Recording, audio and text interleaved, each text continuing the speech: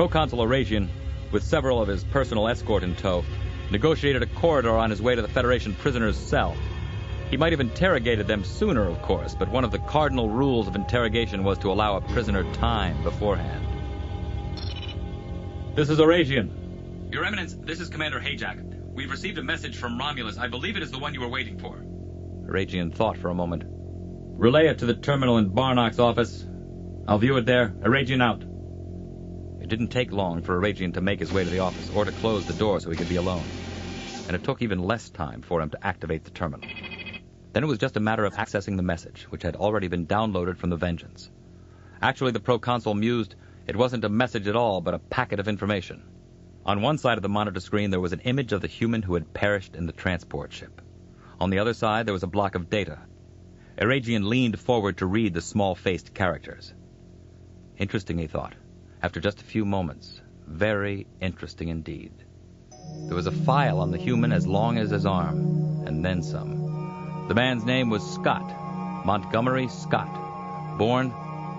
The Proconsul blinked, then leaned closer to the screen. That date was wrong, he told himself. It had to be. If this was the same Montgomery Scott, and the homeworld computers had indicated there was no other, the man would have to have been 150 years old. For a Vulcanoid, that was merely middle-aged, but for a human. Apparently, Scott had served on an earlier version of the Enterprise, under a Captain James Kirk. It seemed almost impossible that it could be the same man. He would have been too elderly to participate in such an escapade, too frail. And yet, in a way, it made sense.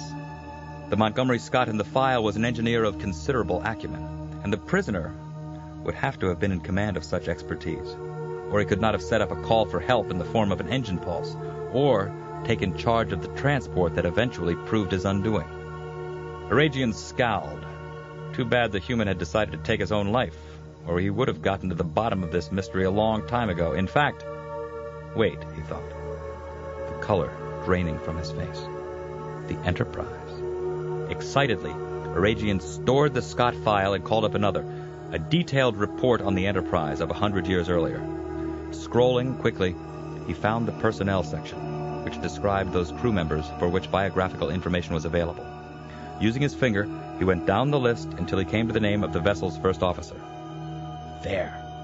Slowly, a smile spread across Aragian's face. Montgomery Scott had served alongside the reputed leader of the unificationist movement on Romulus, the Vulcan named Spock.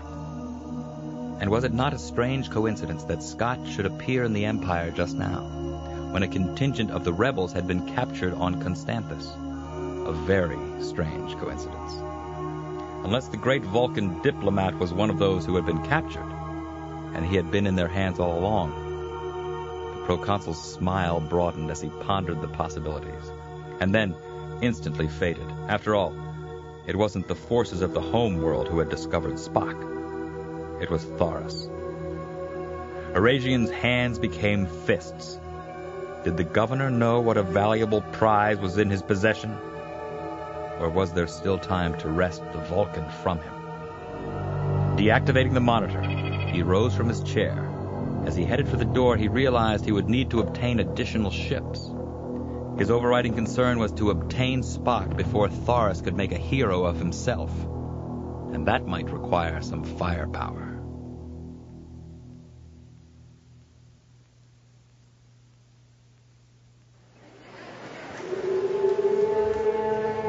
The day of the trial had come.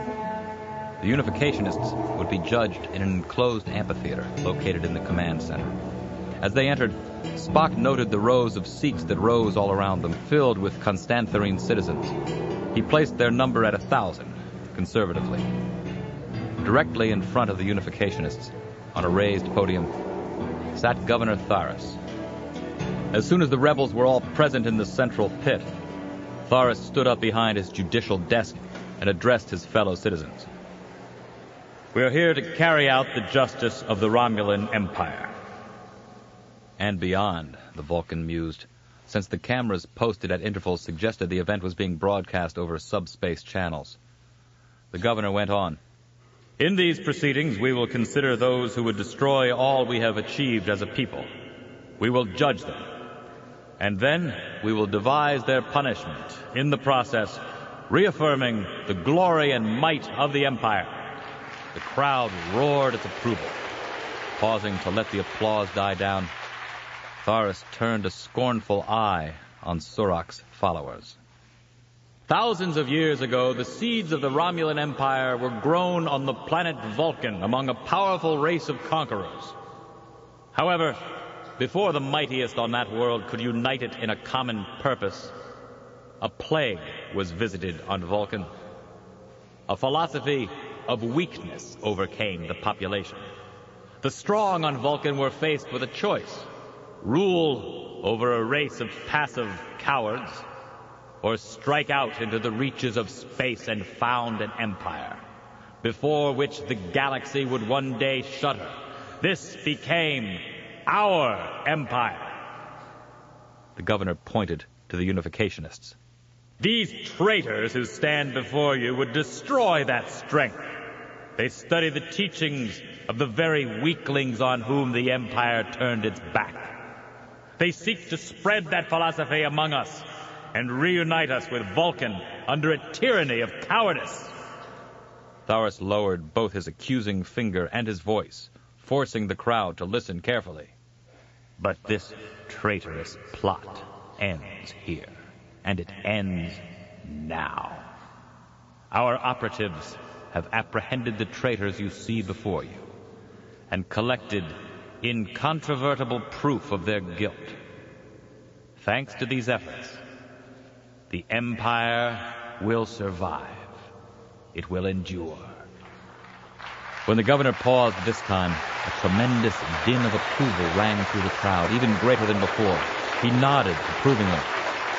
We are not here to determine the guilt or innocence of those you see before you, for their guilt is certain.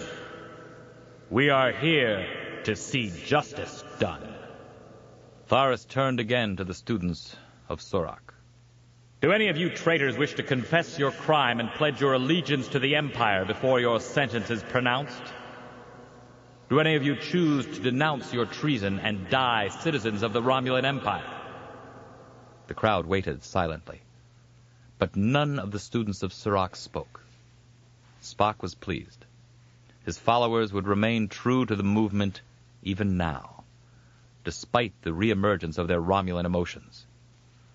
While they could not embrace all the principles of logic and the Vulcan way of life, they had seen the waste and illogic of the Romulan Empire.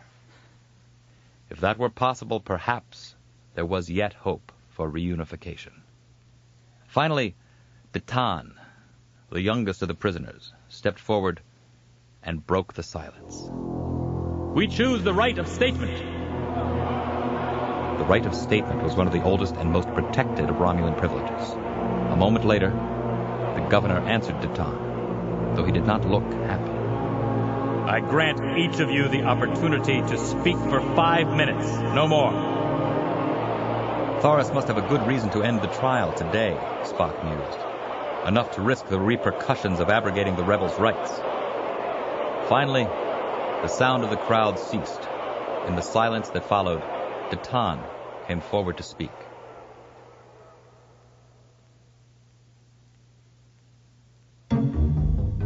For the 12th time, Riker peered out of the cell he shared with Data and Geordi, looking past the translucent energy barrier that confined them. The length of a short corridor away, a pair of Romulan guards walked a perpendicular passageway. As always, the Romulans were watchful but silent, offering the prisoners no clue as to their fate. Still, the human thought, he could guess what their captors had in mind. They must have been drooling over the prospect of interrogating a Starfleet officer, which made him wonder all the more about Scotty. Suddenly, Riker heard a conversation in the perpendicular corridor. More than 2 voices, he thought. Their guards had probably run into a couple of their comrades. The problem was, he couldn't hear what they were saying. He turned to Data, whose head was already tilted in an effort to glean some information from the discussion. Fortunately, the android seemed to have recovered from the Romulans' phaser barrage. With Data's amplified sense of hearing, he had a much better chance than any mere humanoid. The android wasn't given to a wide range of facial expressions, but Riker had known him long enough to discern a happy reaction from a sad one. This one wasn't happy. A moment later, the Romulans' voices faded to nothing. Geordi frowned. "What is it, Data? Bad news?" The android nodded. "I am afraid so." They were referring to Captain Scott in the past tense. Apparently, he managed to slip out of his cell and commandeer a transport before anyone noticed he was gone. In fact, he might have gotten away entirely, except for the warbird. However, it seems it was not the warbird that ultimately destroyed the transport. It exploded on its own. Geordi shook his head. "Can't be. Montgomery Scott wouldn't have done himself in. Not if he could help it." For a while, no one spoke. Then it occurred to Riker that the three of them were still alive. If they were going to stay that way, they needed to get their minds off Scotty's death. The first officer straightened. "You know, we've been in worse situations than this. Much worse." Geordi agreed. "Like the time Professor Moriarty took over the ship from the holodeck. And then that other time when some of us were taken over by those aliens from the penal colony on Mabu 6. And don't forget when we were captured by Lors Borg." Riker nodded. "Something will come up. The important thing is for us to be ready for it." Abruptly, a voice came to them from somewhere in the maze of corridors outside their cell. "Well, laddie, I hope you're ready right now." They all recognized its owner at the same time. Riker smiled. Captain Scott? As if to answer their question, Montgomery Scott came bustling into view at the end of the corridor. The man had a phaser in his hand and a sheen of sweat on his ruddy face. By the way he was grinning, one would never have guessed he was fighting for survival. One would think he was having the time of his life. "You're gonna have to stand back, lads. There's no time to figure out the security code on this energy barrier." As Riker and his companions retreated, the older man fired at the barrier's control panel. Amid a spray of sparks, the barrier wavered and disappeared. Geordi stared at Scotty as he emerged from the cell. "I don't get it. The Romulans said you'd bought the farm." Scott laughed softly. "Never trust a Romulan, lad. Especially when it comes to agriculture. And as for your other questions, I'll answer them after we get where we're going." Good advice, Riker mused. He looked forward to finding out what Scott had in mind.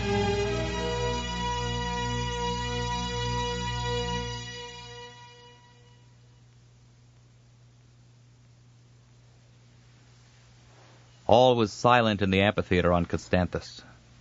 As Spock looked on, he saw Datan exercise his right of statement.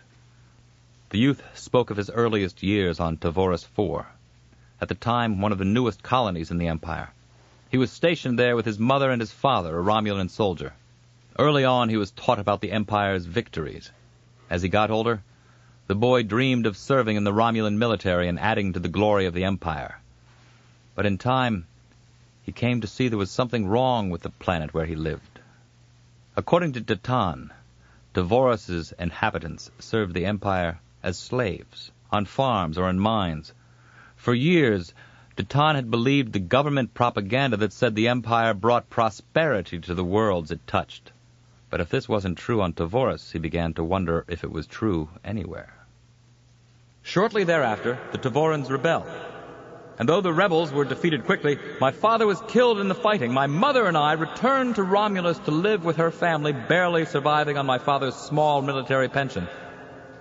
Unfortunately, his service to the Empire had been forgotten.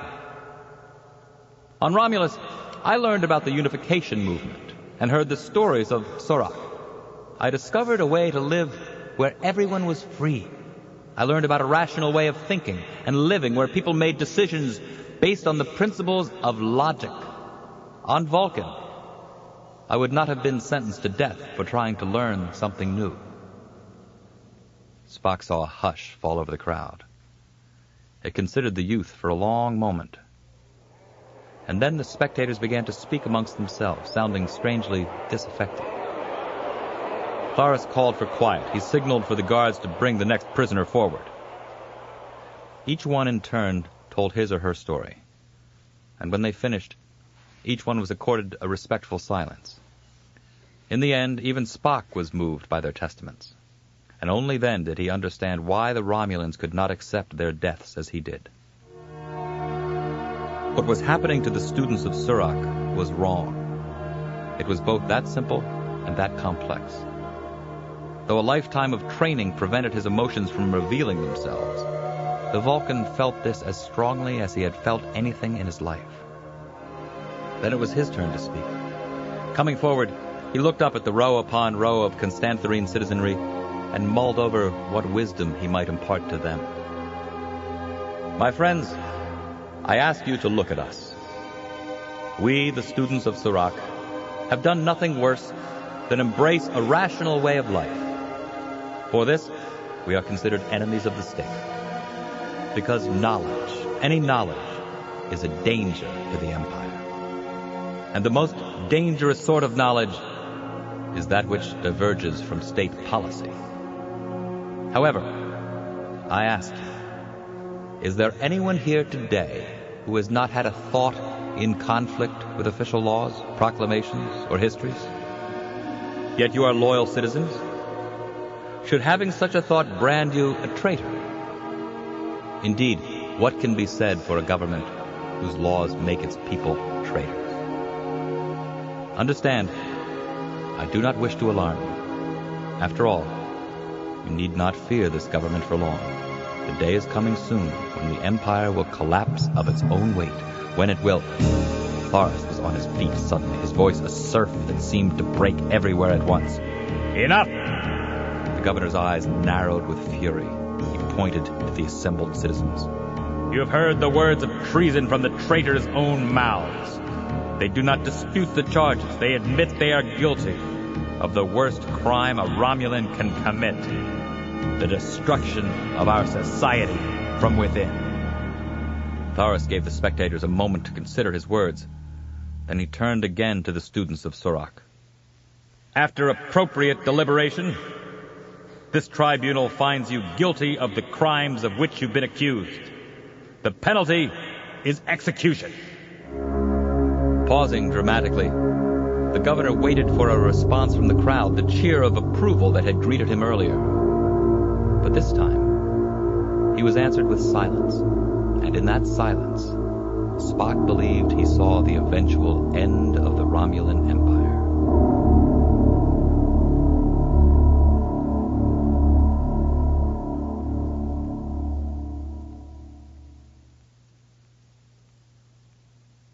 Scotty poked his head around a corner, aimed, and fired. His phaser beam slammed into yet another Romulan, sending the man sprawling. He took just a moment to make certain the guard was unconscious like the other two. Then, satisfied, he gestured for his three companions to follow him. As they threaded their way among the unconscious Romulans, the Enterprise officers all stooped to pick up the guards' weapons. Not that it would be necessary if all went according to plan. At the end of the corridor, Scott saw the light at the end of the tunnel. Except in this case, the light was actually a door. A sign just over it laid out clearly in Romulan characters designated the room beyond as the transporter chamber. Scott was gladder than ever he'd taken the time to learn foreign languages, Romulan among them. Heading for the panel beside the door, he pressed his palm against it. A moment later, they were inside. He pointed to the transporter platform. Up there with you, lads. As Riker ascended to the platform, he posed a question. So how did you escape? Scott was already fiddling with the transporter controls. I guess the Romulans never held a Starfleet engineer in one of their cells. It was nae that difficult to pry off a bulkhead plate and disable the energy barrier. When the Romulans saw a transport vessel take off, then failed to answer their hails, they thought it was me. And when it exploded, they thought I was dead. But I was never on the ship in the first place. Geordi smiled knowingly. Remote control. Scotty nodded. I sent the transport out as a decoy, so I could lie low until the warbird was gone. Unfortunately, when the three of you were captured, there was no longer an option. Tapping one last pad, he came around the control bank and hopped up on the platform beside the others. Next stop, the Yorktown. That's when a squad of Romulans came running in, weapons drawn. But before they could fire, Scott found himself on the bridge of the Yorktown, his friends standing on either side of him. Welcome to the USS Yorktown. Enjoy your starship adventure. And please, take all wrappers and other refuse with you when you leave. The others looked at him. Scott shrugged. I kind of seem to turn the damn thing off. As Scott took the center seat, he saw the first officer take the helm while Data sat down beside him at navigation. As if by instinct, Geordi made a beeline for the engineering station.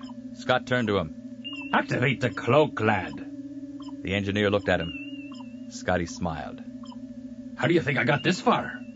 Shaking his head, Geordie worked the necessary controls. Next, Scotty fixed his attention on the android. Chart us a course for Constanthus, Mr. Data. And get us there as quick as you can. With this cloak of ours, there's no need for us to sneak about. But before Data could act on the order, Riker turned around at his chair. We didn't come out here to rescue Spock, sir. We came here to rescue you, and we've done that. Scotty eyed him. What are you saying? That you'd abandoned one of the greatest men who ever lived? Riker shook his head. Of course not. But we've already made our share of blunders in trying to get you out. Because we didn't know there was a plan already in motion, I'd hate to do something that would complicate any effort by Captain Picard. But your captain doesn't know how things have changed. You see, I tapped into the Romulans' computer system before I came to get you out. And it seems Proconsular Asian has found out about Spock. Now that he realizes what kind of fish he's hooked, he'll waste no time frying him. The others looked pained by the news. Riker came to a decision. All right. We'll head for Constanthus and do what we can to get Spock out of there. But first, we'll send a message to Captain Picard, alerting him to our intentions. Aye. Contact your captain, then. But for God's sakes, make it quick. Our friend Spock could be roasted on a spit while we dawdle.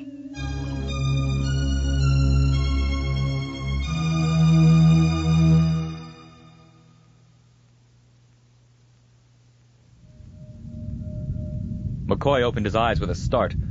It took him a moment or two to realize Worf was talking to him. What is it, Lieutenant? The Klingon frowned.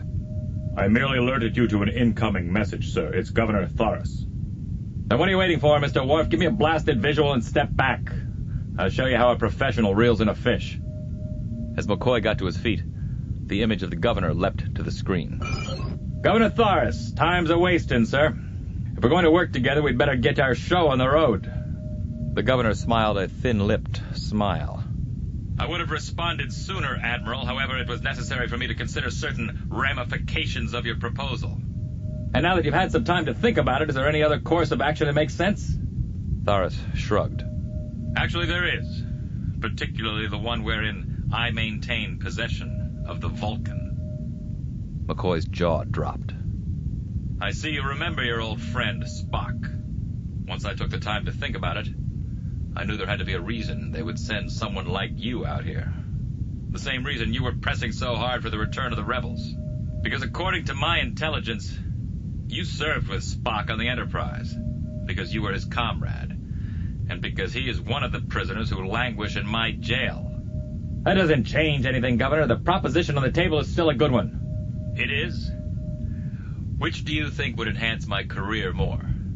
To spare the homeworld a minor embarrassment, or to show the Empire that I have captured the great Spock?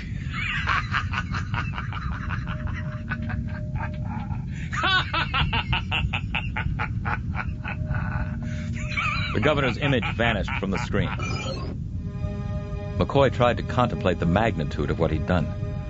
Glancing about, he saw that everyone was looking at him, pitying him for his failure. What's more, he couldn't help but agree with them, without meaning to.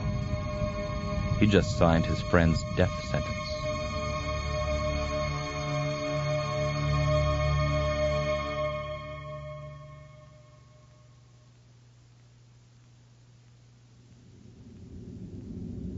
Picard was going over the ship's log yet again when he was interrupted by an intercom summons. Lieutenant Worf, calling Captain Picard. Please respond.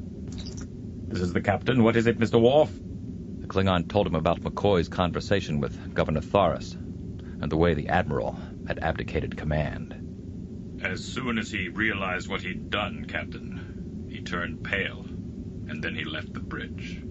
I get the picture, Mr. Worf. Picard out? The captain tapped his communications badge. Computer, locate Admiral Leonard McCoy. Admiral McCoy is in the 10 forward lounge. Picard nodded. It seemed the Admiral's psyche was in good hands. Rising, he pulled down on the front of his tunic. He had a long, difficult road ahead of him. But it felt good to be the captain again.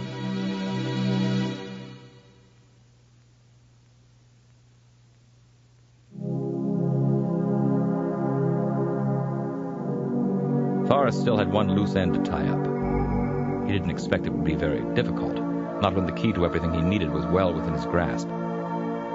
Flanked by 2 of his personal guards, he approached the entrance of the rebels' cells. The sentinels posted there saluted him crisply in the Romulan manner. As well they should, the governor mused. After all, he would be rising swiftly in the political hierarchy after it became known he'd apprehended Spock. And if they served him well, his people would be rising with him. Without hesitation, Thoris entered the cell warren. The prisoners emerged from their rooms and eyed him warily, but they didn't move against him. Thoris smiled. It has come to my attention that the legendary Spock is among you. Unfortunately, while I know that one of you is the esteemed Vulcan, I do not know which one. Therefore, I will need some assistance to identify him. With that, he turned to Scrasus. Looking neither right nor left at the stares he was drawing, the infiltrator stepped forward. The governor was reluctant to waste any more time here. Scrasus, which of these bedraggled specimens is the real Spock? A murmur went through the ranks of the Unificationists. No doubt they were surprised to find out the identity of Thoris's agent. Scrasus gazed at the assembled prisoners, looking from one to the next. Finally, he turned to Thoris, his jaw muscles fluttering as if he were struggling with something. I cannot say, Governor. It would be a betrayal of one I have come to admire. At first, Thoris thought he had heard his agent incorrectly. Then he realized that Scrasus had become one of them. And by virtue of that, he was now useless. He came face to face with the spy. You're making a mistake, Scrasus. A very big mistake. Perhaps, Governor, but it is a path I have chosen. For a moment, Thoris wanted to kill, to pay Scrasus back for his arrogance. Then the moment subsided. Turning to the rebels themselves, the governor realized there was still an option open to him. He took it.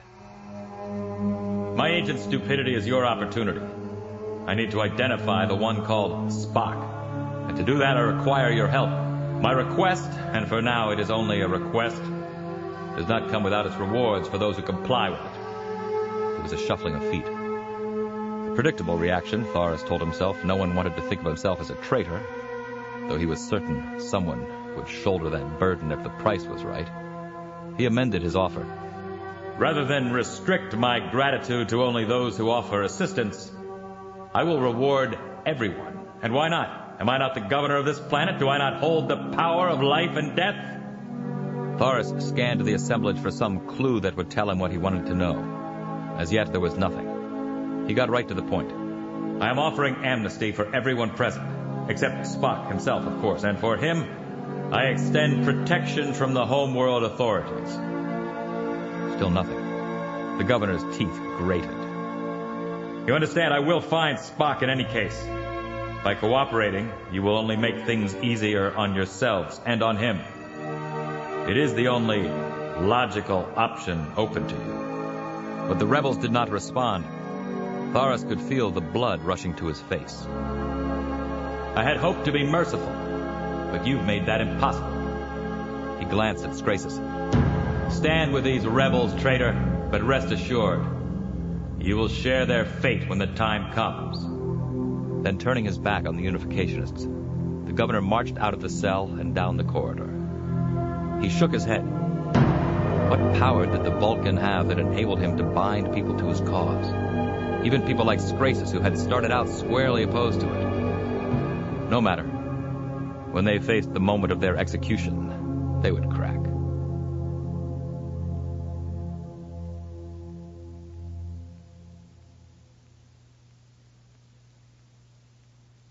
When Thoris was gone, Spock looked to Scrasus. So did the other Unificationists, though with hatred in their eyes. The infiltrator, on the other hand, retained control. Inwardly, the Vulcan commended him for it. Scrasus appealed to him. May I have a word with you, teacher? In private? Spock shrugged, then turned and walked in the direction of his quarters. Several of his students trailed them, fearing that Scrasus would inflict some harm on their mentor. But the Vulcan waved them away. It is all right. Scrasus has no intention of harming me. Reluctantly, the students returned to their cells. Sitting, Spock invited Scrasus to do the same. The Romulan sat. I wish to explain, teacher. No explanation is necessary. I have known of your affiliation with our captors for some time. Scrace's brow creased. I do not understand. You allowed me to continue as your student? You were my student. You wished to learn what I wished to teach. And there is another logical reason that you perhaps do not see. You were the only one of my students I knew would survive. The infiltrator was stunned by this simple statement. The Vulcan could see the pain on his face, his control broken at last. And now, teacher, even I will not survive. Still, I wish to thank you for your instruction, and to tell you I took no pleasure in my task. I simply did my duty. Spock nodded. As do we all, student of Surak. Live long and prosper. Scrasus returned the splay-fingered gesture. Peace and long life, teacher. Unfortunately, the Vulcan mused, they would know neither.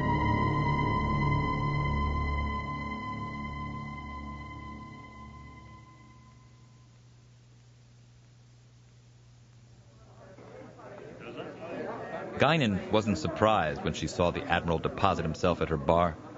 McCoy was mumbling something as she walked over. She could make out one word.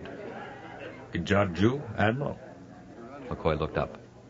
Kajarju means idiot in Tautanese. You see, I just decided I was 12 kinds of an idiot and I was trying to name them all. That's a lot of self-deprecation for a man in your position. In my position, you would think I'd know better. You would think I'd have a little perspective. Guinan took out an old dusty bottle full of green liquid and a clean glass and poured the Admiral 2 fingers worth. McCoy downed the contents, then made a sound of satisfaction.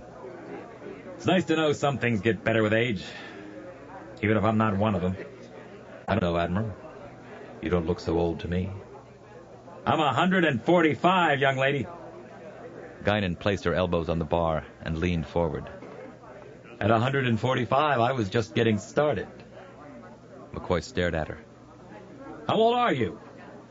Old enough to know you're no Kajarju. Now, you were saying something about perspective. McCoy's eyes fixed on his empty glass. Back in the old Enterprise, I really hated those Federation ambassadors from hell. The kind who think they know more than the captain and end up demonstrating they know nothing at all. Now I've become the very thing I hated.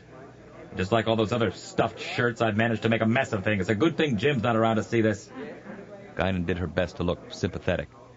You had a great deal of respect for your captain. A great deal of affection. McCoy nodded. You're damn right I did. He was the finest commanding officer who ever lived. I didn't know your captain, but I know mine. And if you had asked me, I would have said the same thing about him. The finest who ever lived, I mean. The Admiral scowled.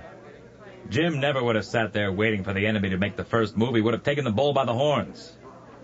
I've seen Captain Picard take the bull by the horns, too. But most of the time, he finds another way. So what you're saying is I should have had a little more confidence in your captain, and his method of dealing with the Romulans as well? Yes, sir. Different era, different Romulans. You've got to change with the times. So this captain of yours, he's got it all figured out, has he? Not exactly. There were a couple of things he didn't quite understand even before you made the situation a bit more complicated. For instance, the way the Romulans are moving so many ships toward the border with the Stug. There doesn't seem to be any... The Admiral interrupted her. The Stug, you say? And the Romulans are deploying their ships to that sector? That's what Lieutenant Worf told me just a little while ago. McCoy looked surprised. Damn, so that's what he was trying to talk to me about. Wait a minute. The Stug could never get together on anything, much less a military offensive. Why would the Romulans be so concerned with them? That's what Captain Picard was wondering. McCoy pushed himself back from the bar. I appreciate the hospitality, Guinan. All of it. That's what I'm here for, Admiral. With a gentlemanly nod, he headed for the exit. Guinan could tell he was still pondering something she said. Guinan smiled. When they left 10 forward with that look on their faces, she knew she'd done her job.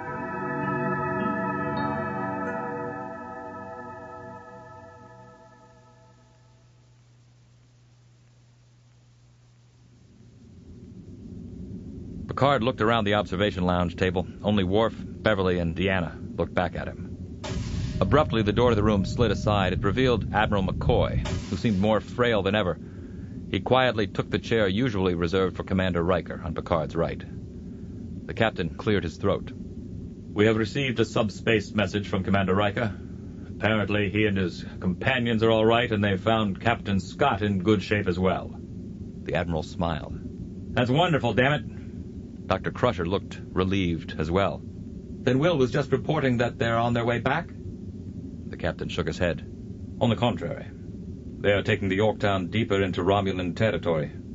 It seems Governor Tharis is not the only one aware of Spock's presence on Constanthus. Apparently, Proconsul Aragian has learned of it as well." Troy sighed. "Then that's why Will and the others have agreed to head for Constanthus? They're going to try to free Ambassador Spock?" Picard nodded. "However, they don't know that Tharis knows about Spock, which means he'll be guarding the ambassador a lot more closely now. Our colleagues are reaching into a bigger hornet's nest than they're prepared for." Crusher looked at him, her concern etched into her face. "So what do we do?" McCoy spoke up. "I'll tell you what we don't do. We don't go traipsing after them. That's the kind of shoot-from-the-hip behavior that got us into trouble before."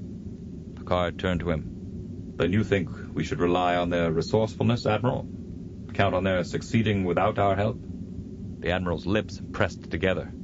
"I don't like the idea, but if we go charging in after them, we'll be risking even more lives. As for Spock, he'll find some way to avoid being used as a pawn, even if it means his death." Picard turned to the others. "Admiral McCoy makes a valid point. As it stands now, there are only 4 lives at stake, 5 if we include Spock's. Risking 1,000 lives to save a handful is not only bad arithmetic, it's bad command philosophy." He could see the disappointment in his officer's eyes. "However, with Spock's identity exposed, negotiation is no longer an option. Nor is Spock the only one capable of being used as a pawn by the Romulans. There are now also 3 Starfleet officers, 4 if you include Captain Scott, and that aspect of the situation is not to be taken lightly. What's more, long-range sensors indicate that patrols are remarkably light in Constanthus' sector, as they seem to be in many portions of the Empire these days. And unlike Commander Riker, we know what to expect vis-a-vis the acceleration of events there. Hence, we have an excellent chance of getting through." McCoy slumped back into his chair. His expression was one of outright disbelief. "You're going after them?" "I am indeed, Admiral. There is a time for patience and a time for action. This is a time for action." He turned to Worf, then Troy. "Make sure the battle bridge is in working order, Lieutenant. Counselor, prepare the crew for saucer separation. We will be taking leave of our civilian population in 20 minutes. Next, Picard looked at Dr. Crusher. "You'll be in command of the saucer, Beverly. I want you to wait here until we get back. Unless, of course, the saucer is endangered, then you are to leave." The doctor frowned at the prospect, but she knew her duty. If anyone could make the tough decisions, she could. A moment later, they were all gone, leaving Picard alone with the Admiral. McCoy shook his head. "Well, Captain, I guess you've got something in common with that friend of mine after all. Just when you think you know someone..." Picard allowed himself a smile. "Tell me, Admiral, will you be staying on the saucer section?" McCoy smiled back. "Not on your life, Captain. Spock would never let me hear the end of it."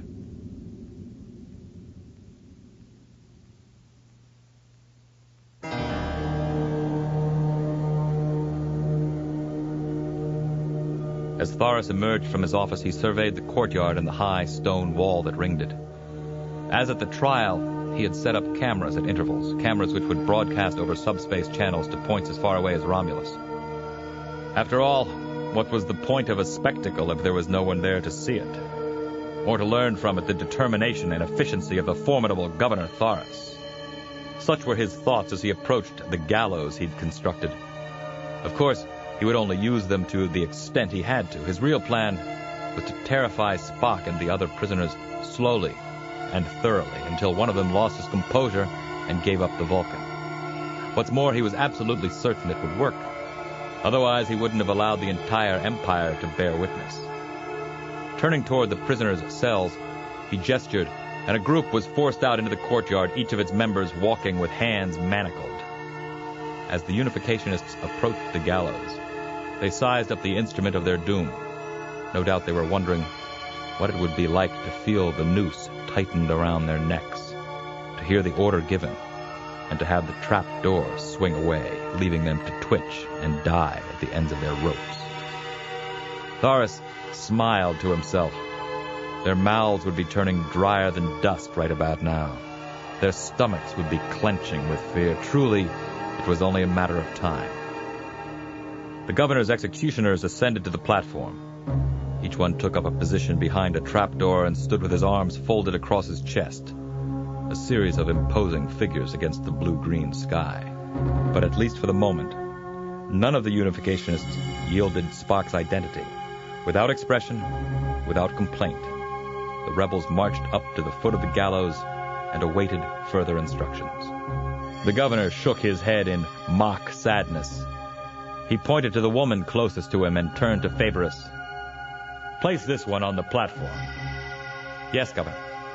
Before Thoris was done, he had picked out 6 of the rebels, 4 females, 2 young men.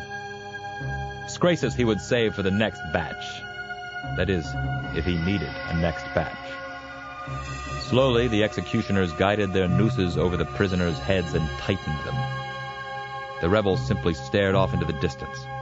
At a word from Thoris, a half-dozen levers would be pulled, releasing the same number of trapdoors. The governor raised his hand, but none of the prisoners relented.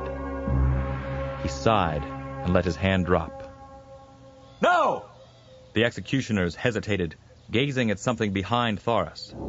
The governor whirled and saw that a half-dozen Romulans had beamed down into the courtyard. What's more, Thoris recognized one of them, the one whose voice still echoed in the courtyard. It was no less a dignitary than Proconsul Erasian. Was he mad? The governor wondered. What was the proconsul doing all the way out here, so far from the seat of his power? Certainly he hadn't come all this way just to lord it over a few captured rebels. Unless, of course, he knew the prize in their midst. The governor cursed under his breath. That was it, wasn't it? Erasian knew about Spock. The proconsul came forward, followed by his guards. "Greetings, Governor Thoris. Have I caught you at a bad time?" With a gesture, Thoris signaled to his men to turn off the cameras. Then he glared at Erasian. "Let us not play games, Proconsul. What are you doing here? Is this not part of the Empire, Governor? Am I not Proconsul? I go where I please. And right now, it pleases me to be here, so I can take these traitors into custody." Thoris shook his head. "They are already in custody. Mine. A jurisdictional technicality, Governor. I'll see to it that it's taken care of after I return to Romulus." "It's more than a technicality, Proconsul. I am the authority on this world. I have a right to these prisoners." Erasian's smile faded away. It must have become clear to him then that Thoris knew what kind of prize he held, and that he was not eager to let it go. The governor frowned.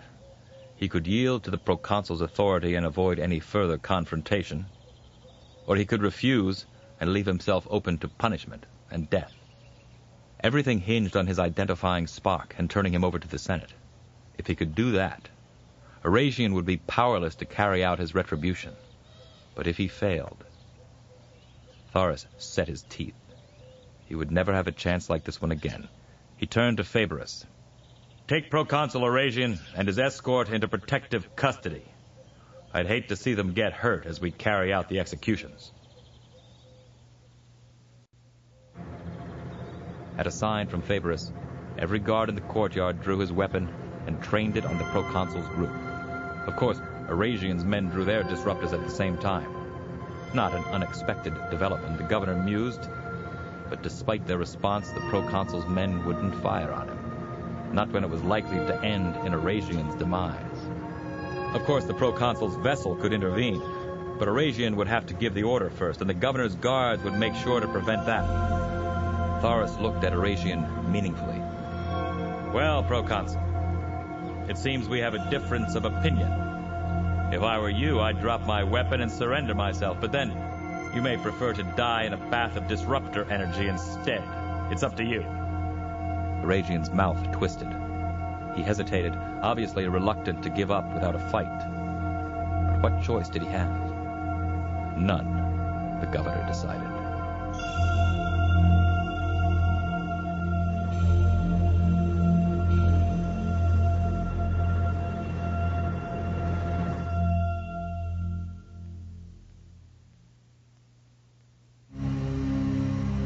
Spock had observed the confrontation between Thoris and Arajian with acute interest.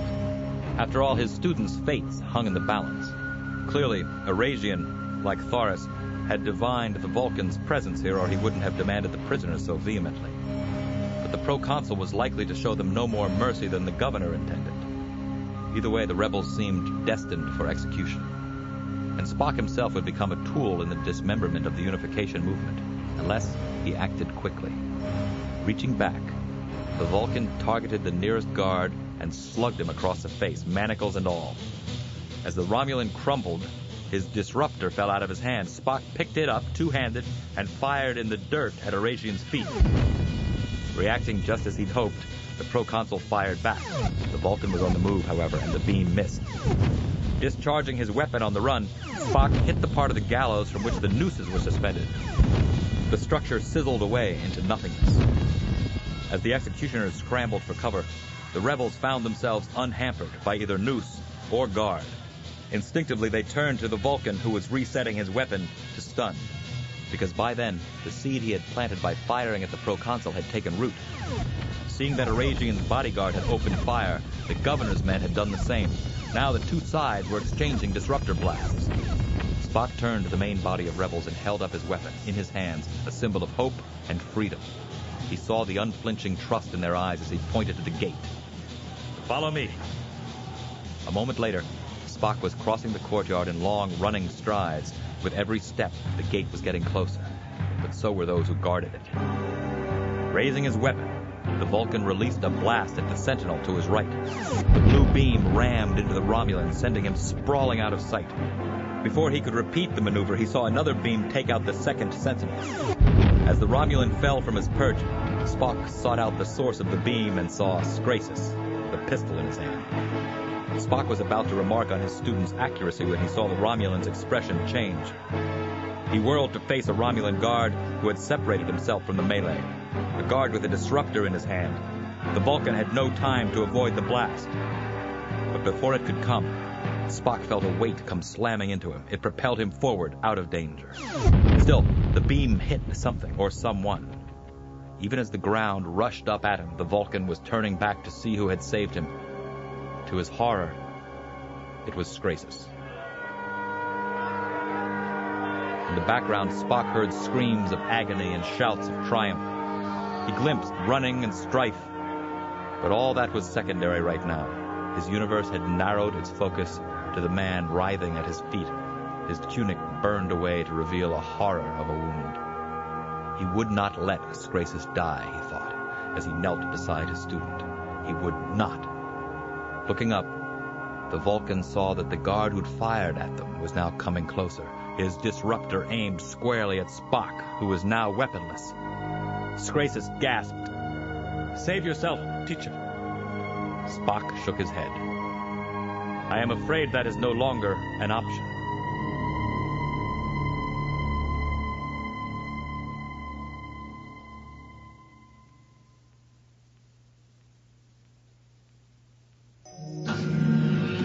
Commander Hayjack shifted in the center seat and glanced back over his shoulder. This would not be a pleasant scene, he told himself. As Arajian emerged onto the bridge of the Vengeance, his face was a dark and dangerous green. Looking angry enough to strangle the first person who spoke to him, the proconsul barked a string of curses that would have burned the ears of the toughest centurion. "My entire escort dead at the hand of Thoris's mongrels. I was lucky to escape." True enough, thought Hayjack. His transporter operator had found it nearly impossible to locate Arajian. What with bodies and energy beams flying everywhere and no subspace broadcast to guide them. It was only when a distraction presented itself at the far end of the courtyard that they'd been able to identify the proconsul and extract him. Arajian pointed a finger at Hayjack. Start transporting Tharas's men into our hold quickly before they kill the Vulcan. Ajax turned to his second-in-command. See to it the proconsul's orders are carried out. I don't want a single guard left standing down there, and bring up Tharas as well while you're at it. As you wish, Commander. But as he left the bridge, Ajax's sensor officer and Daraka called out. Commander, our instruments have picked up a transport, and it did not originate from this vessel, or either of the others. Ajax crossed the bridge to join the woman at her station. Then where did it originate? This quarter, sir. I was unable to pinpoint exact coordinates. Ajax looked at her. A vessel under cloak? Aragian joined him. Who could it be, Ajax? And what were they doing here? God, what if they're after Spock? The commander shook his head. What in the name of the homeworld was going on here? He eyed his sensor officer. Keep a watch, Daraka. See if you can detect another transport, and in the meantime, review your sensor logs. If a transport took place, the ship that affected it must have dropped its cloak for a fraction of a second. Of course, Commander. As Daraka turned back to her duties, Ajax again confronted the proconsul. It will take time to locate the transporter device. They may not even attempt another transport if they've got what they wanted. And if they do attempt one, they will almost certainly be a moving target. It may take several transports before we can pinpoint them with any accuracy. The proconsul paced like a caged animal. And what if they depart before then? Ajax shrugged. Then we will have to identify and track their ion trail. And if it is a more sophisticated vessel, our task will be that much more difficult. Should we not contact the others? No, Your Eminence. We do not want to alert the intruder by allowing him to intercept intership communications. The longer the enemy remains in the dark, the better it will be for us. Make sure this mystery vessel does not get away, Ajax, because if it does, I will have little to lose by stripping you of your command, and a good deal more. The commander nodded soberly. I understand, Your Eminence.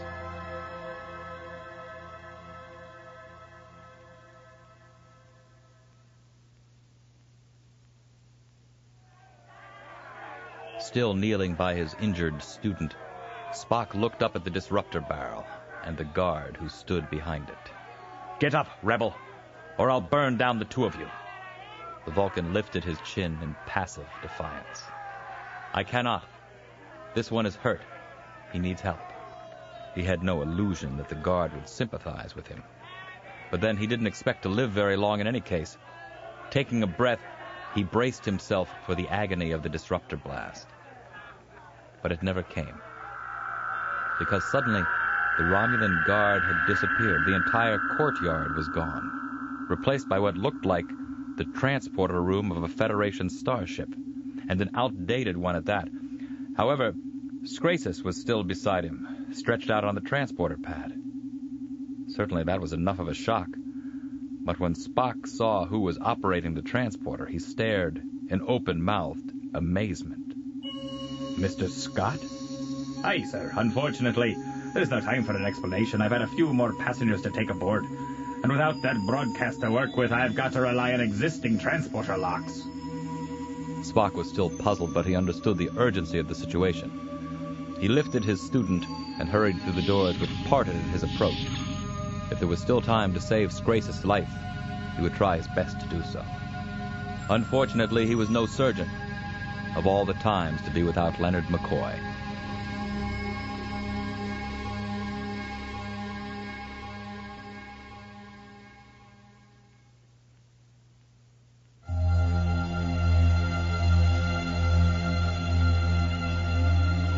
As Geordi sat at the Yorktown's helm, perspiration making wet trails down his neck, he waited for the go-ahead from the transporter room. Looking back over his shoulder, he saw that Commander Riker was perspiring too in the captain's chair. Only Data, who occupied the science station, was cool as could be. The android was checking out the Yorktown's cloaking device. The cloak is still functioning, Commander, though it appears to be flickering each time Captain Scott attempts a transport. Riker frowned. That's to be expected, Data. I just hope the Romulans don't notice. It'd be inconvenient to have to... We've got the last of them, lads. I'm on my way up to the bridge. In a release of pent-up energy, Riker brought his fist down on the armrest of his chair. Engage, Mr. LaForge. Get us the hell out of here. Deftly, Geordi took the ship out of orbit. Riker spoke up again. Engage warp drive. I'll take the best speed you can wring out of those old engines. Geordi checked his instruments. Looks to me like warp 8. But a voice behind him had other ideas. Make that 8.15, laddie. Geordi turned and saw Captain Scott emerging from the open turbolift. Coming up alongside the captain's chair, the older man eyed Riker. The first officer began to stand until Scotty stopped him. Stay where you are, Mr. Riker. After all, you're the one with all the combat experience. Of course, Scotty had some combat experience of his own, but clearly he felt he was needed more elsewhere. Without another word, Scotty sat down beside him at navigation. Geordi nodded. 8.15 it is. Pushing the warp drive just a little harder, he scanned his monitors. The engines seemed to be handling the additional load, just as Scotty had predicted. Geordi eased himself back into his seat. With luck, the hardest part was behind them. His thoughts were interrupted by an explosive curse from Captain Scott. We've got company, lads. Checking the tactical monitors on his console, Geordi saw what Scott was talking about. A moment later, Scott made it easier for him by placing the image on the forward view screen. 3 Romulan warbirds. They must be tracking us by our ion emissions. It seems we were near the only vessel circling Costanthus under cloak. Riker shook his head. We're not going to outrun them, but they're not going to take us without a struggle either. Mr. LaForge, evasive maneuvers, Riker Alpha. Geordi worked the helm controls, but he knew it wouldn't make any difference. They didn't have enough tricks up their sleeves to get them all the way to the neutral zone in one piece. Perhaps I may be of assistance. Geordi looked back over his shoulder to see who'd spoken. Riker turned to the newcomer. If you've got any ideas, Ambassador Spock, I'm sure we'd all be glad to listen to them. Spock cocked an eyebrow. In that case, I recommend we stop all engines immediately. Geordi was about to balk at the idea until he saw the sense in it. Apparently, Riker saw it too. All stop. The Yorktown shuddered as it dropped out of warp, taxing the century-old inertial dampeners to their limit.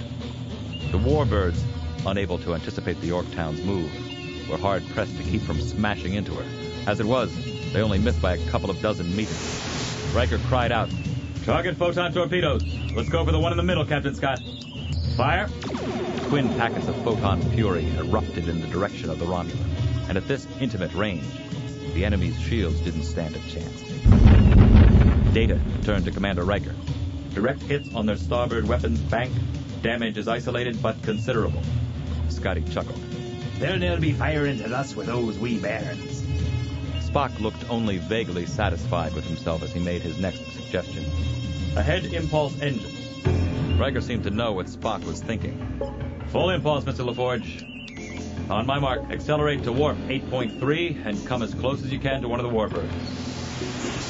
The surge to impulse speed wasn't bad, especially for an old ship like this one. But going to warp would be a different story entirely. Spock made his way to the navigation console and sat down beside the engineer. On the view screen, the Romulans were nowhere to be seen. Suddenly, they appeared as specks in the distance, and before Geordi knew it, they were filling the parameters of the screen. Riker's eyes narrowed. Target photon torpedoes. Engage warp engines. As Geordi activated the warp drive, the Yorktown leaped forward, thrusting him back into his seat, but not before he guided them to within a whisker of one of the warbirds. As luck would have it, the Romulan barrage missed the Yorktown entirely. Riker gave the order. Fire! As before, the Yorktown set a pair of torpedoes after the warbirds at point-blank range. And as before, the torpedoes nailed one of them, caving in its shields in the process. Data looked up. Direct hits, Commander. We have incapacitated another weapons bank. But they weren't out of the woods yet. They'd bought themselves a head start. But the warbirds were still faster than the Yorktown. And now that they'd been burned twice, they'd be more calculating in their next attack. Just as Geordi was thinking these things, the situation got worse. Much worse. We're losing warp speed, Commander. Looks like a problem with the power transfer conduits. The strain of that last maneuver was too much for them. In other words, the Yorktown just wasn't built for such stress. Not even when it was new. Scotty sighed. We can at least reduce power to non-essential systems. That'll keep us going a wee bit longer. Toward the end, they disengaged their cloaking device. Then the weapon systems, but they were still losing speed. Data looked up. The Romulans are catching up, Commander. At our present rate of deceleration, they will be in torpedo range in 54 seconds. Riker had them take the shields offline except for rear and aft deflectors, but they were still slowing down. The first officer sighed. Cut power to life support. Geordi shook his head helplessly. That would only buy them another second or two. They were down to warp 4 and dropping. Warp 3.5, warp 3. Scotty grunted sadly. 30 seconds, lads. Geordi looked to his fellow engineer. There was nothing more they could do, and both of them knew it. Data resumed his countdown. 20 seconds. 15. 10. Geordi held onto the console in front of him. He had no doubt the Romulans would fire as soon as they were in range. The ship's computer voice piped up. This exhibit is now closed. Please watch your step on the way out. Data ignored it. 5, 4, 3, 2, 1. Abruptly, Geordi felt something slam into them from behind, rattling his teeth. His control panel showed that they'd sustained a torpedo. It had happened again, except the impact was even greater, and again. Behind Geordi, the communications console burst into flames. The deck plates groaned in his ears. As the ship jerked again, sparks exploded from the science station, driving Data backward against the rail. The Yorktown was dying, Geordi realized. They were going to die along with it.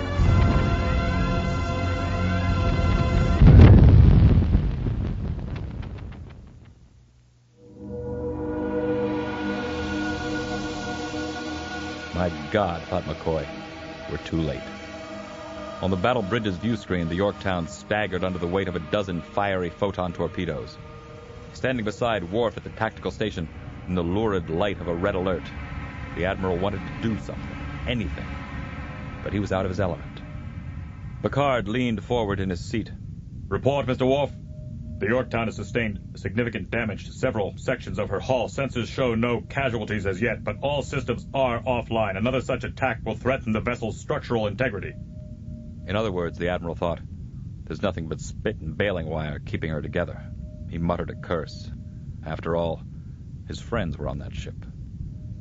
It occurred to McCoy that they could still beam the Yorktown's people aboard, but only if they dropped their own shields or tried to extend them around the smaller vessel.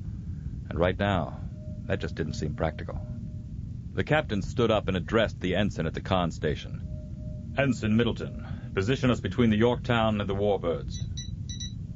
A moment later, the Enterprise swung into the space in front of the wounded starship, offering her some measure of protection. But at the same time, it made the larger vessel an easier target. Nor did it take the Romulans long to figure that out. In a heartbeat, they were looping into a new configuration, one meant to take advantage of the Enterprise's defensive posture. Picard turned to Worf. Program a standard torpedo spread, fire on my mark. Admiral McCoy, I'd find a seat if I were you. The Admiral didn't have to be told twice. He made a beeline for an empty seat at one of the aft stations, just as Middleton spoke up. Captain, 2 of the Romulans have already sustained damage to their weapons banks. If we could... The captain stopped her with a gesture. Noted, Ensign. Mr. Worf, belay the standard program. Focus all your attention on the alternative weapons capabilities of those 2 vessels and prepare the way with surgical phaser strikes. McCoy was familiar with the strategy. First, create a weak spot in the enemy's shields with concentrated phaser fire.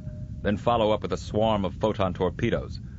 If one got through, it would wreak havoc, but it wouldn't be easy. And Picard was calling for 2 targets, not 1.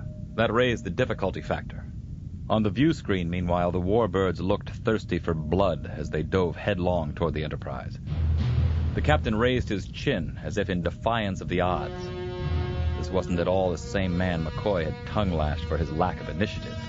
This was a seasoned warrior, unflinching in the heat of battle. Fire!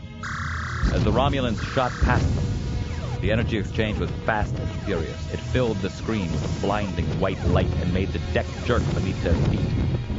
And when it was over, they were still in one piece. And judging from Worf's exclamation, they might even have gotten the best of the encounter. Shields are down 75%, Captain. But all systems are still functional, and we've sustained no casualties. They'd been lucky, McCoy mused. At this range, under that kind of firepower, he'd known entire crews to be destroyed. The captain absorbed the information. And the Romulans, Mr. Worf? Direct hits on the 2 previously damaged vessels. We have all but destroyed their weapons capabilities. But the 3rd vessel had gone unscathed. That was the trade-off. Middleton turned to Picard.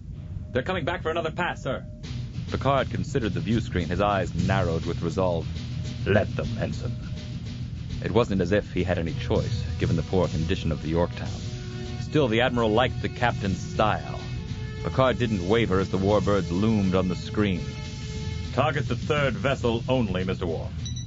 As before, phasers and torpedoes, but this time, give it everything we've got. Our objective remains the same. It's weapons banks. Targeted and ready, sir. The Admiral clenched his teeth. The captain was gambling everything on this next roll of the dice. But he couldn't budge from his position, and the Romulans knew it. The question was, could they take advantage of it? Hobbled as they were, was the warbirds' brute force greater than that of the Enterprise?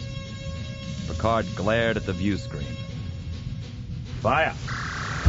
Predictably, their adversaries had the same idea. The view screen lit up with blast after mind-searing blast until even its built-in light dampers couldn't disguise the fury of the Romulan attack. The ship lurched, the bulkheads shrieking with the strain of impact after impact. Tearing loose of his control panel, McCoy felt himself pitch forward until something grabbed him from behind. Looking back, he saw that it was Worf.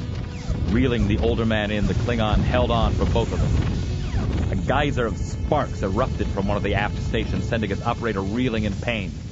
The battle bridge was an ember-shot vision of hell. And through it all, Picard was a beacon of hope, somehow staying on his feet just forward of the command center. As the view screen cleared, it seemed to relent before his scrutiny, showing him the Romulan ships in a ragged retreat. The captain didn't call for a damage report. He just made his way to the ops console. Repair crews to decks 13 through 16, trauma teams to deck 12. The doctor in McCoy felt compelled to go with the trauma teams.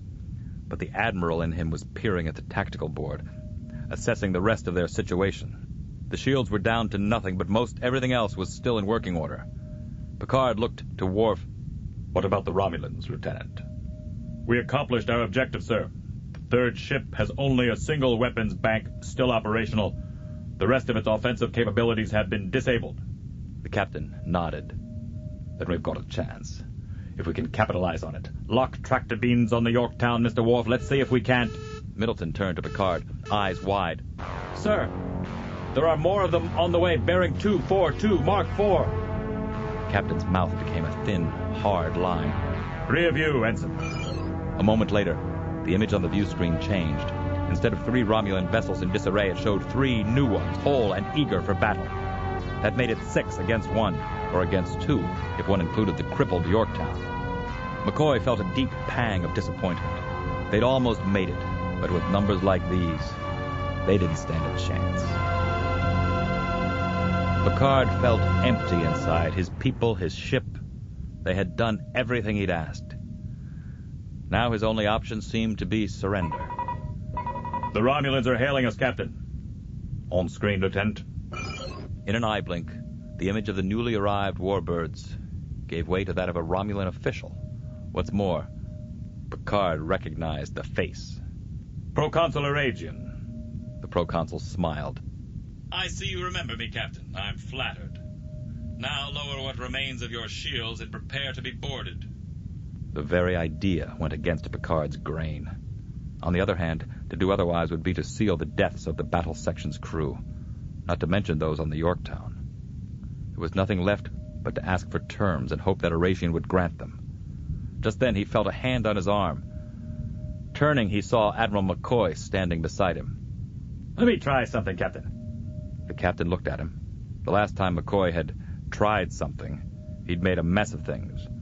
But there was something in the man's expression that encouraged optimism this time. Besides, what did they have to lose? All right, Admiral. Good luck. McCoy moved closer to the view screen. I don't think we've met, Proconsul. His name is McCoy. Admiral Leonard McCoy.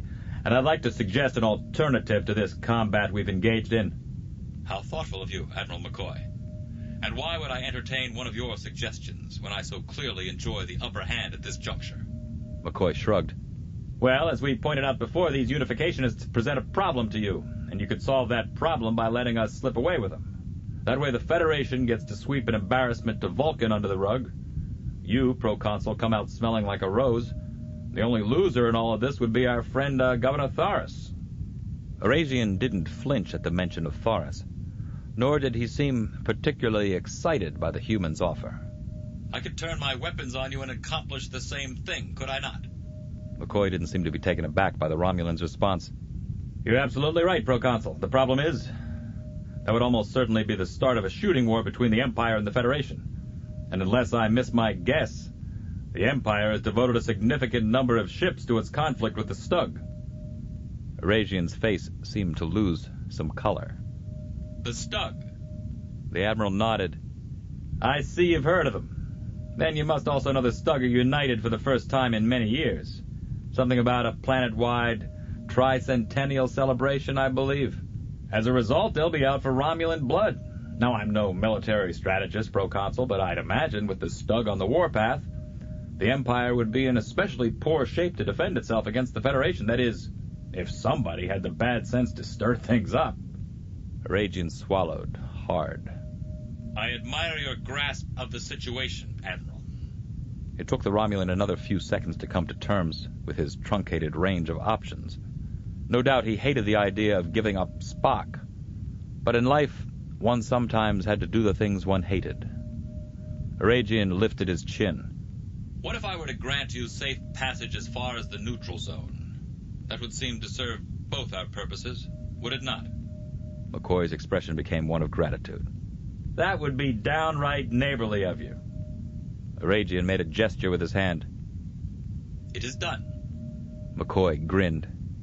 Then I guess I'll be on my way. Don't take any wooden nickels, Proconsul. McCoy out. Picard saw the image on the view screen change again. Once more he was looking at the Romulan formation, except this time half the warbirds were coming about. As he watched, they diminished with distance. Stepping forward, the captain placed his hand on McCoy's shoulder. Good work, Admiral. McCoy dismissed the idea. I was lucky, that's all. I'm a doctor, not a diplomat. The captain smiled. You may be a doctor, but you are also a great deal more than that. Then, taking his leave of McCoy, he addressed himself to the business of getting home.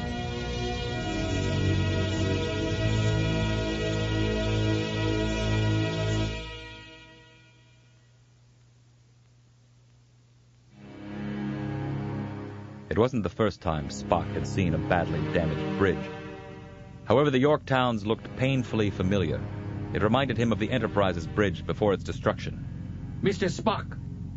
The Vulcan turned to his companion, who barely looked a day older than when Spock had seen him last, though that was more than 75 years ago. You look distracted, sir. Are you sure you're all right? I am fine, Mr. Scott. I apologize if I seemed unattentive for a moment. Appearances to the contrary. I was listening to every word you said. Before he could complete his statement, Admiral McCoy emerged from the turbolift. I wouldn't believe him if I were you, Scotty. Ancient as he is, the man still hasn't learned any manners.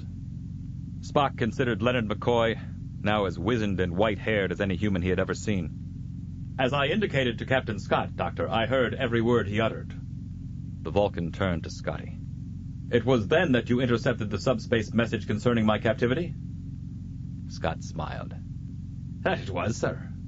And having heard it, I could ne'er sit back and let Starfleet worry about retrieving you.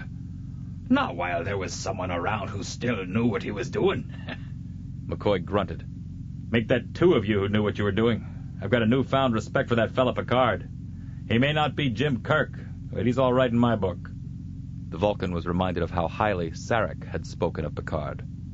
And in mine, Doctor. I see now why my father placed so much trust in him. Scott turned to McCoy. Do not sell yourself short, Doctor. I heard the way you put two and two together regarding the Stug and the lack of Romulans patrolling the neutral zone. If you had ne'er thought of that, we might all be guests on the Proconsul now.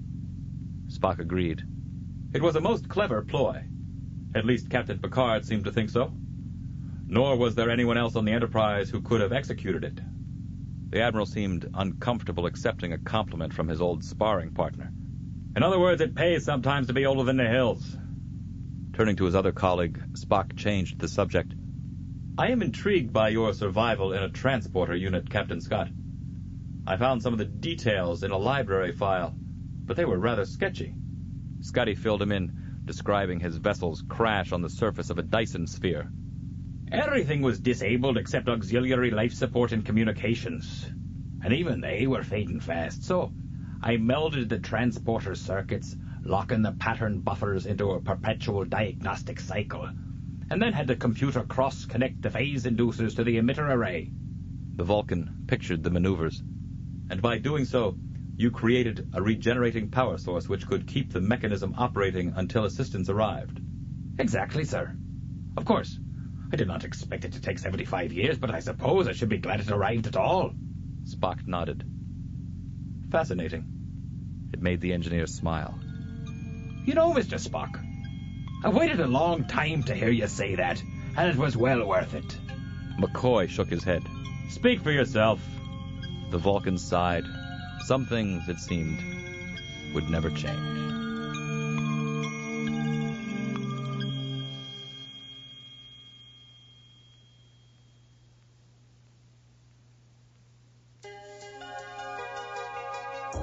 As Picard entered 10 forward, with Riker at his side, his gaze was drawn to the 23rd century vessel keeping pace off their starboard beam. Somewhere on that ship, Spock and his old comrades were enjoying a reunion of sorts. It was something about those three that distinguished them from other people, he thought. Camaraderie. His first officer turned to him. I beg your pardon, sir. The captain indicated the Yorktown with a lifting of his chin. Those three over there. They exemplify the meaning of camaraderie, like no one else I've ever seen. Riker grunted. I see what you mean. But then, they served together for a long time, almost 30 years, wasn't it? Still friends? Still willing to risk their lives for one another? Not so long ago, the being called Q had shown the captain a future that might yet take place. In it, Picard had seen his friends at odds with one another. Later, he'd sworn not to let matters run that course. Now the value of avoiding such a future was brought home to him even more resoundingly. The captain very much wanted his officers to be like Spock, McCoy, and Scott 30 years hence. What can I get for you, gentlemen? Turning, Picard saw Guinan herself standing behind the bar. He smiled. Ale, please. Number 1. A Dulian twist, spicy, the way I like it. And before he'd quite gotten the words out, Guinan had produced a foamy mug of ale and a rusty-colored drink in a tall, slender glass. Riker turned to the captain. You can't beat the service around here. Picard agreed. For that reason alone, it was worth rejoining the saucer section. Guinan looked at them. So what happened to those charges? Captain Scott's not going to be court-martialed, is he? Riker shook his head. The captain pulled a few strings at Starfleet Command. Seems it's not the first time anyone's stolen a ship for a good cause. Picard nodded. True. I understand in Captain Scott's day it happened all the time. Of course, I had to promise Starfleet that he would refrain from such thefts in the future. Riker looked past Picard to the Yorktown. They've been out there for hours already. Probably so glad to see each other, we'll never be able to pry them apart. Guinan had to stifle a snicker. The captain shot her a glance. What's so funny, Guinan? Still giggling, she put a hand over her mouth. Nothing, Captain. Nothing at all.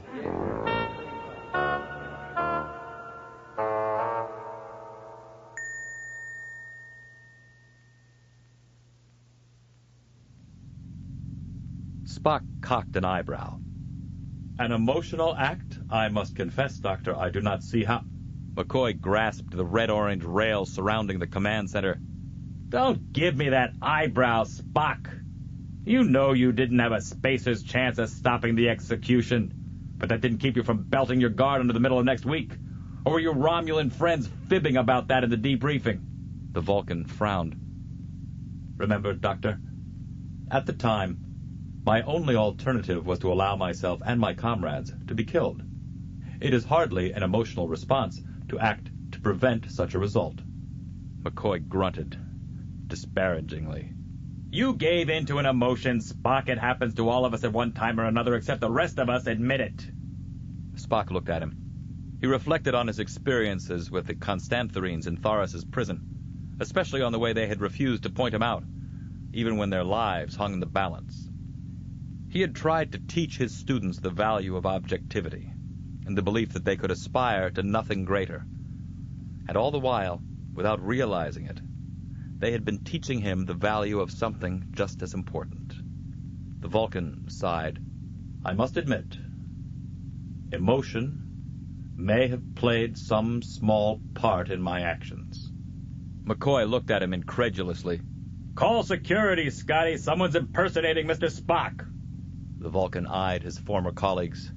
You may find my statement humorous, gentlemen. However, I should note it was not human emotion that shaped my behavior, but rather Romulan emotion. You see, I began my efforts toward reunification thinking I had to teach Romulans to be Vulcans. Now, I see the value of combining the best qualities of both peoples. McCoy chuckled. I think we're making some progress here. If the ambassador's sampling Romulan emotion, I don't think human emotion can be too far behind. Tell you what, Spock. After you've gotten settled, we'll spend some time on Earth. Remind you of those human qualities you've been missing the last few years. I would like to do that, Dr. McCoy. Unfortunately, that is not possible. You see, I have made plans to return to Romulus. I have already made the necessary arrangements with Captain Picard. Scotty stared at him, horrified. But it was nearly impossible to get you out, sir. Getting you back in could be twice as hard. The Vulcan had an idea to the contrary. There is a network I helped establish, which from time to time smuggles Romulan dissenters out of the Empire. I would employ the same network to smuggle myself and my students back to Romulus. McCoy looked crestfallen. You can't do this, Spock. You're too old to go risking your life in that den of snakes. Scott agreed. Oh, you've done enough, sir. You've done more than enough. Let someone else lead the Unificationists. If I am as old as you claim, gentlemen, there is little time for me to leave the galaxy better than when I entered it. Besides, 2 brave and resourceful men risked their lives to preserve the leader of the unification movement. How can I allow such an effort to be wasted? McCoy's eyes took on a liquid cast. You're a damned fool, Spock. Still. But I'll be rooting for you just the same. Scott swallowed. Oh, and we'll meet again, Mr. Spock. You can bet the whole blasted Romulan Empire on that.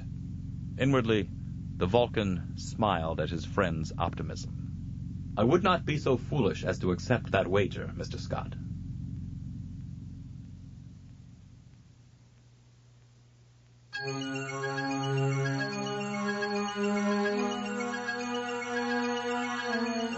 Picard entered 10 forward just in time to see the starship Gettysburg come about in space. Describing a graceful arc, the vessel moved away from the Enterprise under impulse power only, then switched to its warp drive and sped off like a shot. Crossing the lounge, he joined McCoy, Scott, and Data, who had gathered at an observation port to observe Ambassador Spock's departure. After all, the hopes and dreams of 2 worlds traveled with the Vulcan. Data turned to Picard. He looked surprised. I believe I have experienced a premonition, sir. I have the distinct impression that we will see Ambassador Spock again.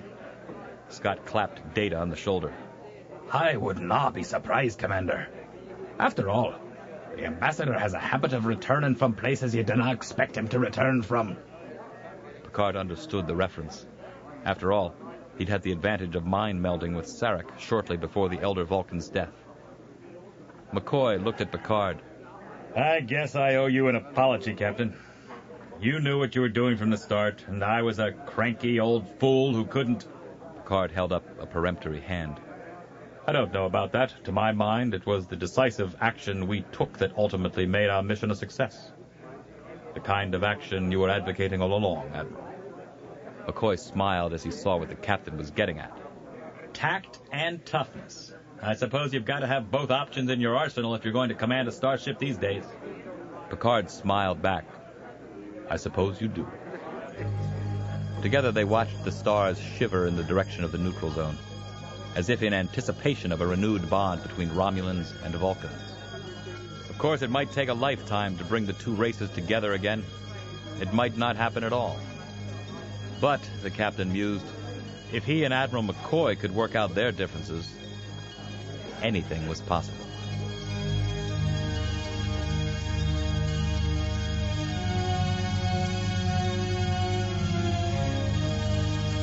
Star Trek: The Next Generation Crossover was written by Michael Jan Friedman and read by Jonathan Frakes. It was abridged for audio by Michael Jan Friedman. The recording engineer was David Knight at Zacuto Audio. Digital editing by Steve Deutsch and Gary Fink. Post-production and sound design by Gary Fink. The associate producer was Florence Barreau Adams. Star Trek: The Next Generation Crossover was produced and directed by Linda Woolman.